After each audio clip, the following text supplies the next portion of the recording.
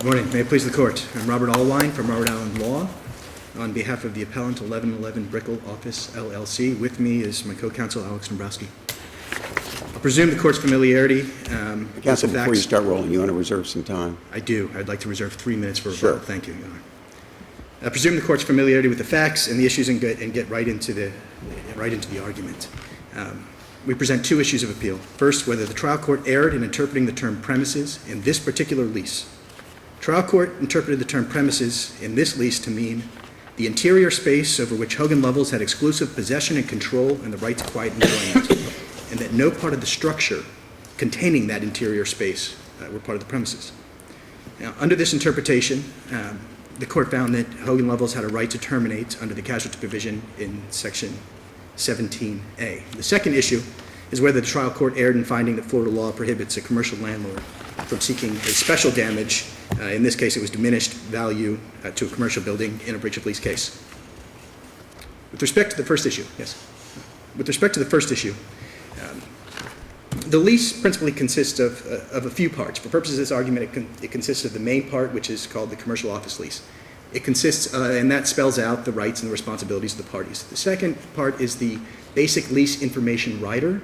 We refer to it as the BLI rider, and that includes what it says, the basic lease information, including a term that I want to talk about, which is the commencement date later. It also includes several exhibits. We'll be focusing on Exhibit A, which is a visual depiction of the premises that were to be delivered to Hogan Lovells, and an Exhibit B, which is called a work letter, and that describes what the owner of the building, or the lessor at the time, had to build the premises and deliver them.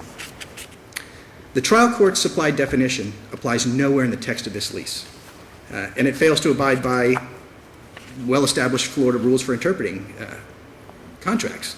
The Florida law requires that we interpret all terms of a lease consistently, giving reasonable effect to all of the parts, and without rendering any part as surplus. Reading the lease consistently, giving effect to all of its parts, without rendering any part surplus, the premises in this lease includes both the interior space that Hogan Lovells occupied and the structure surrounding that interior space. Okay, would that structure normally be called common areas? Common areas is defined in the lease. It has a specific definition to include the public lobby and other areas that are in common use. And this is an important distinction. It's one I was going to get to later, and I'll get to now.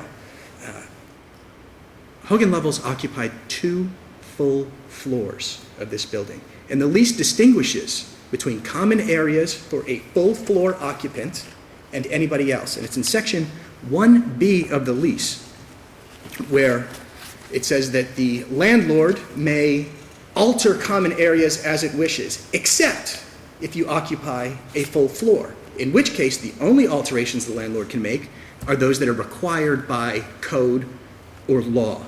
And in that same paragraph, which is 1B of the principal part of the lease, it says that the tenant of a full floor may also make alterations to those common areas. So we view the common area argument as inapplicable in the context of this lease when you're dealing with a full floor tenant, as Hogan Lovells was.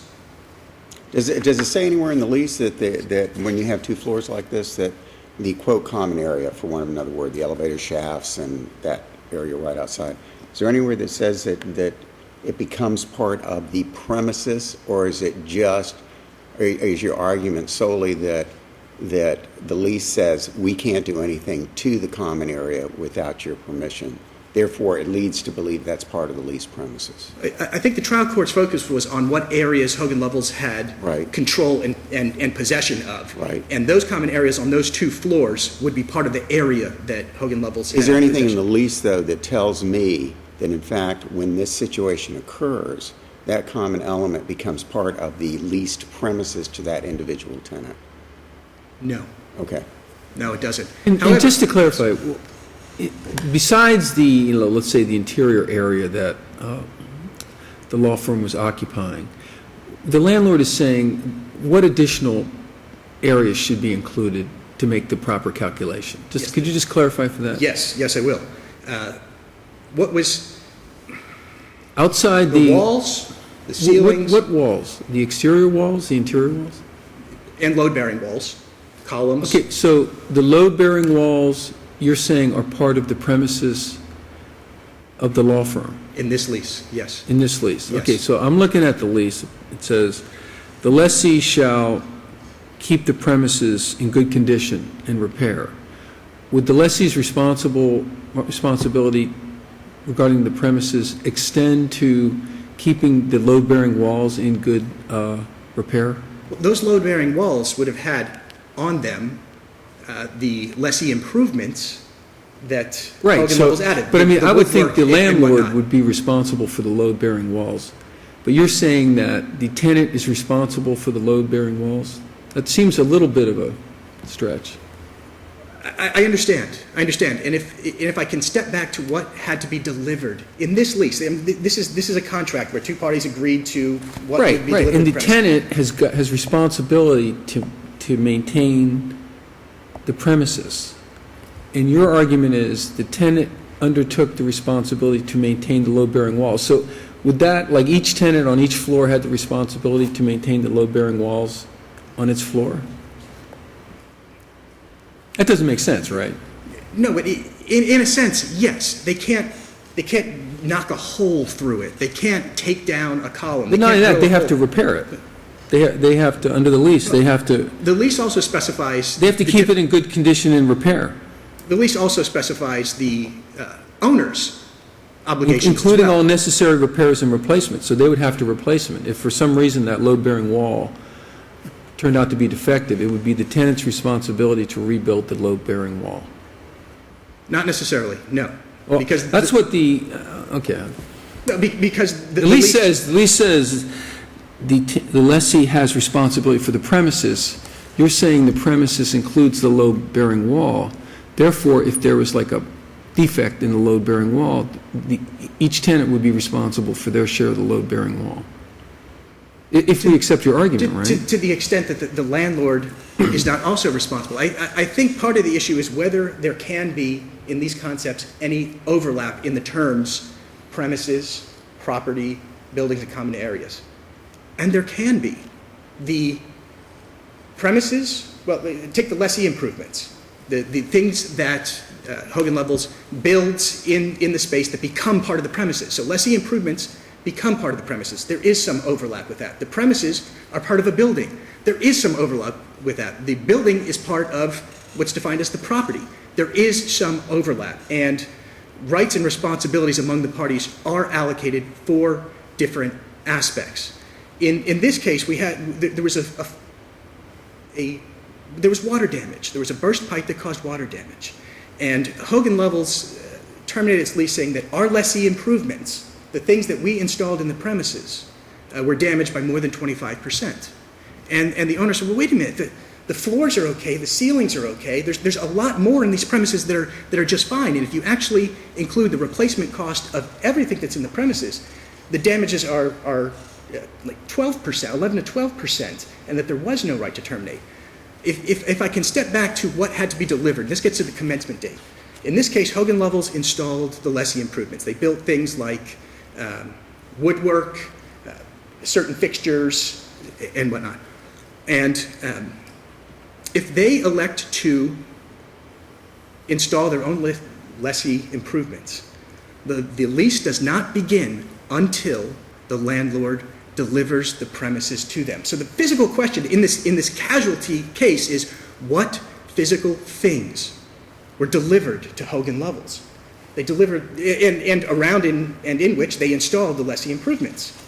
Ceilings, floors, load-bearing walls, columns, were delivered. And in and around that, the lessee improvements were installed. More is part of these premises than just what Hogan Lovells installed. And if their position is correct, if the trial court's order is correct, then premises becomes nothing more than the lessee improvements.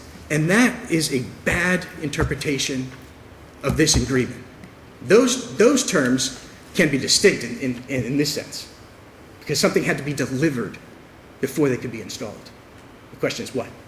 Well, the language delivered, was it the premises had to be delivered, or what is the language? Yes, I will quote to you from that section. It's a little bit verbose. My copy of the lease has It comes from the BLI certain numbers writer. on the bottom right. Yeah, the record at 1125. Should lessee elect to be responsible for the Let me construction? catch up with you, counsel, if you may. 1125? Yes. And that's in, I believe it's Appendix 11. Help me out, where? Record 1125. The first paragraph that's on that page, and the first sentence that begins on that page, it says, should lessee. 1125.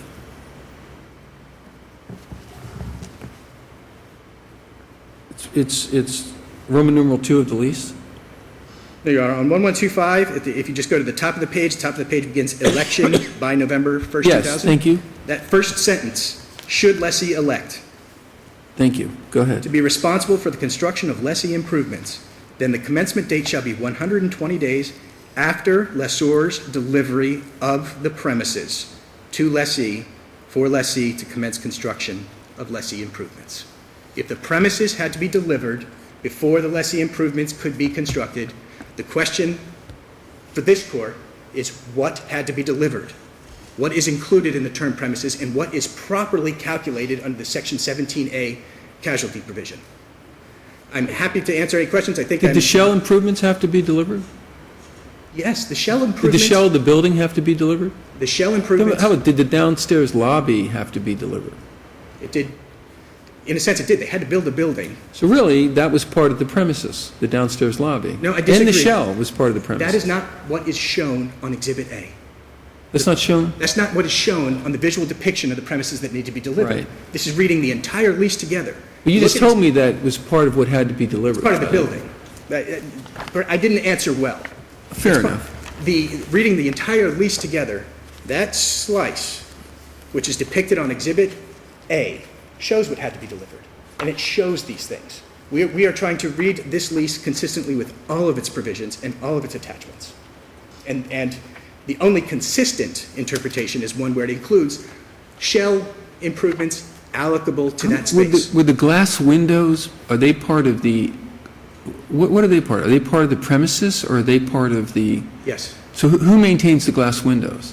The tenant maintains the glass window, premises, but is the tenant responsible for like replacing the glass windows? No, I don't think so. I don't think so, but the then, lease itself. under the language, it says the tenant has to, and I know I'm harping on the same point. Right. How do you see my problem? I mean, I do. I do. I see it and I recognize it.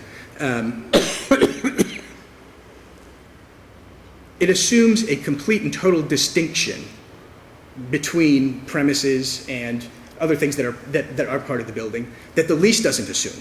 okay, but the lease says the tenant must maintain, doesn't use the word maintain, the premises. Okay, that's a legal responsibility. I mean, that's a very, significant legal responsibility, right? So if we read that to mean the tenant must maintain the shelves, the support walls or pillars, the exterior windows, I mean, wouldn't that be a strange interpretation of the lease? Of a commercial lease? I mean, No, it could be if that were the only provision dealing with maintenance of the property or with the building, which it's not. The landlord has obligations to maintain, we can say insure aspects of the building as well. but not It's the not rented exclusive. premises. But the landlord doesn't have the responsibility to maintain the leased premises. I believe that the lease allocates some responsibilities. And I'm reaching into my memory for this, but I believe window shades or something like that may be a landlord responsibility because the landlord is concerned with how the building looks from the outside, to the public, that it have a uniform appearance. But I'm reaching into my memory for that example. Counsel, we've taken you way over, but we'll let you have a couple minutes for rebuttal, okay? Thank you. Thank you very much.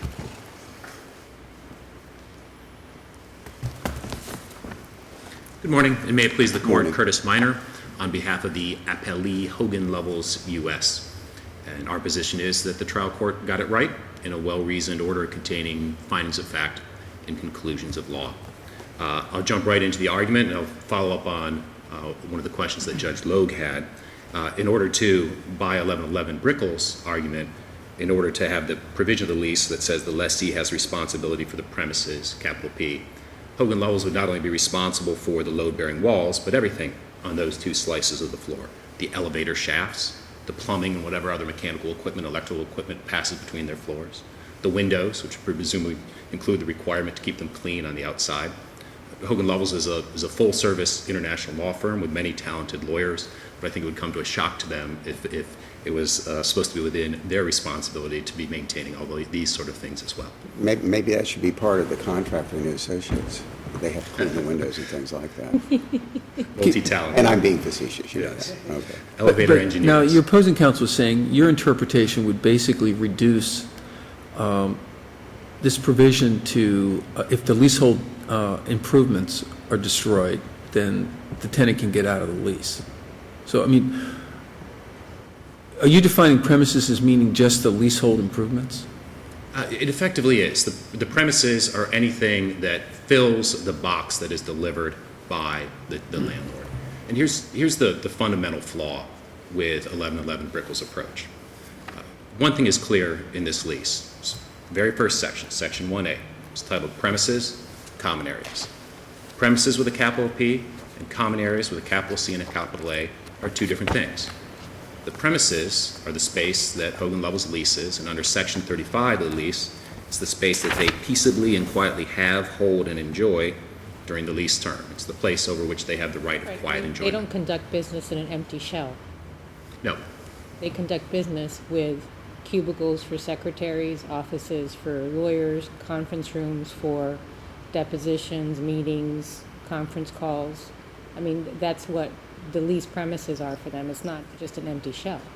No, and if we just had an empty shell that they never occupied or built out, Section 17A could never come into play. There'd be nothing to be destroyed within the premises. Does your argument include in the premises, I'm gathering that the floor was probably a cement floor when the law firm moved in and therefore had finishes put on it, whether it was marble, tile, whatever it was. Does that include that floor also as part of the premises? Are you including that? Our position is that the premises would be everything that's put into the empty shell that's Everything that's put into the empty shell itself? Yes. Okay. And here, if we are here only to talk about, well, is the premises just the lessee improvements, or does it include the walls and windows that surround it, we'd have a whole different series of arguments. But the fundamental flaw with 1111 Brickell's approach is that they clearly blend premises and common areas.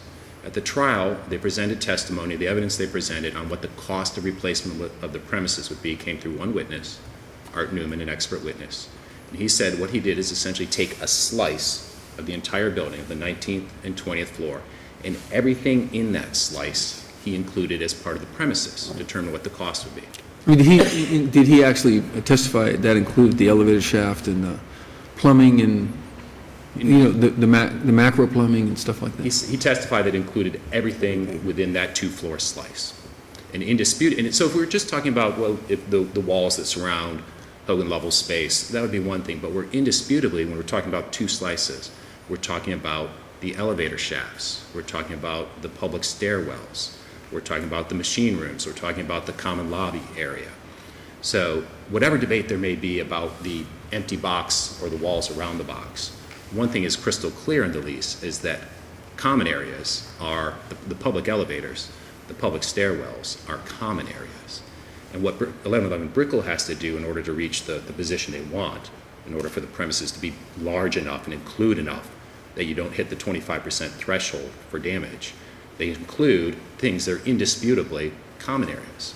And it's just not a tenable approach under the lease. In fact, their own expert witness in his approach sort of highlights this flaw. What he originally did in order to come up with a cost of replacement of the premises, he included the garage and the public lobby on the ground floor. And after his deposition, he modified that approach and carved out the garage and the public lobby. Well, what logic would there be to carve out some common areas, the public lobby, but not other common areas, like the public elevator shafts, the public stairwell? Well, they're saying the logic of that comes from the diagrams. The floor plans? Yeah, the floor Yeah. plans. Well, even their definition, I think that actually shows up the problem with their reference to the floor plans. All the lease says is that the premises are more specifically shown on the attached floor plans, and they are. The space that Hogan Lovells rented is shown. But if you accept their argument, you have to say that everything that's shown on those floor plans is Hogan Lovells premises. Well, that would probably come as news to Morgan Stanley, who shared the floor at the time. You'll see on the floor plans, part of the floor is Morgan Stanley's. And part of another floor belonged to, I believe, was an entity called DLI. So clearly, their argument, I guess, it proves too much. You say that everything on the floor plan is their premises. It would include not only the shell, the elevators, the stairwells, but other tenants' premises as well. This blending, this fatal flaw of blending common areas and premises is highlighted in the actual provision at issue. The Section 17A is the provision that Hogan Lovells relied on. It gave them an absolute right to terminate the lease. And there are two clauses in there, two different clauses. One clause applies to damage to the premises. There's 25% more of the cost of replacement damage to the premises. Either party has an absolute right to terminate. And the second clause applies to property with a capital P. What they have in effect done is written a third clause, or blended these two clauses to pick and choose and include a little bit of the common areas in the definition of premises, where common areas under the lease is part of the property.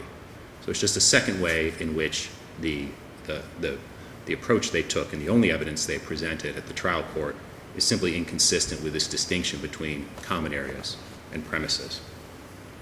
Maybe I'll make one response to the work letter issue. This is the issue of that the building was not constructed at the time of delivery of the lease. Any arguments that 1111 Brickell has to rely on that are in the work letter, which is an attachment to the lease, right off the bat, the first thing the work letter says that if there's anything inconsistent in here with anything that's in the lease trumps, the lease controls. So that's sort of the simplest way to just set those arguments aside. In any event, the two are harmonizable. They're not in tension with each other. Even under the work letter, by its very definitions, it refers to lessee improvements being improvements to the premises and shell improvements being improvements to the building. So even in the work letter, there's this distinction made between what is part of the premises and what is part of the building. With that, I respectfully request that the court affirm the trial court's order in all respects. Thank you, counsel. Thank you.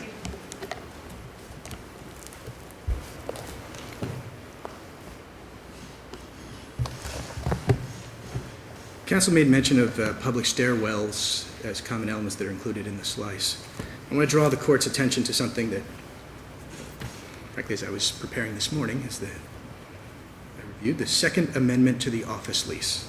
It appears in the record at 1072, and in paragraph 1083, and in paragraph 14 of that Second Amended office lease, Hogan Lovells negotiated for itself the right to alter and change the public stairwells between the 19th and the 20th floors to suit its own needs because it occupied 2 full floors of the buildings.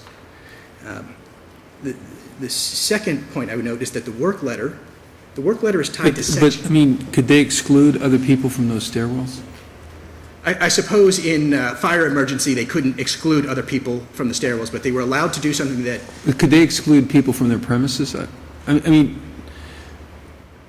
are you actually, I mean, this language actually refers to the stairwells between the floors of the premises, which suggests that stairwells and premises are not the same. But, I mean, are you saying that the common stairwells are part of the premises and not part of the common?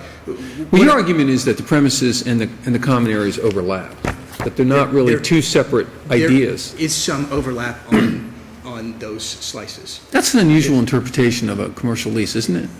I don't think it's an unusual interpretation of this lease. I think it's the only interpretation that makes sense of all of the provisions common areas of this lease. and the leased premises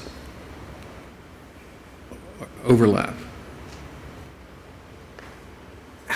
However, they're common areas. When we're talking about, and the common areas I'm talking about are on this floor, on the 19th and the 20th floor. Their common areas are the public elevator bay there.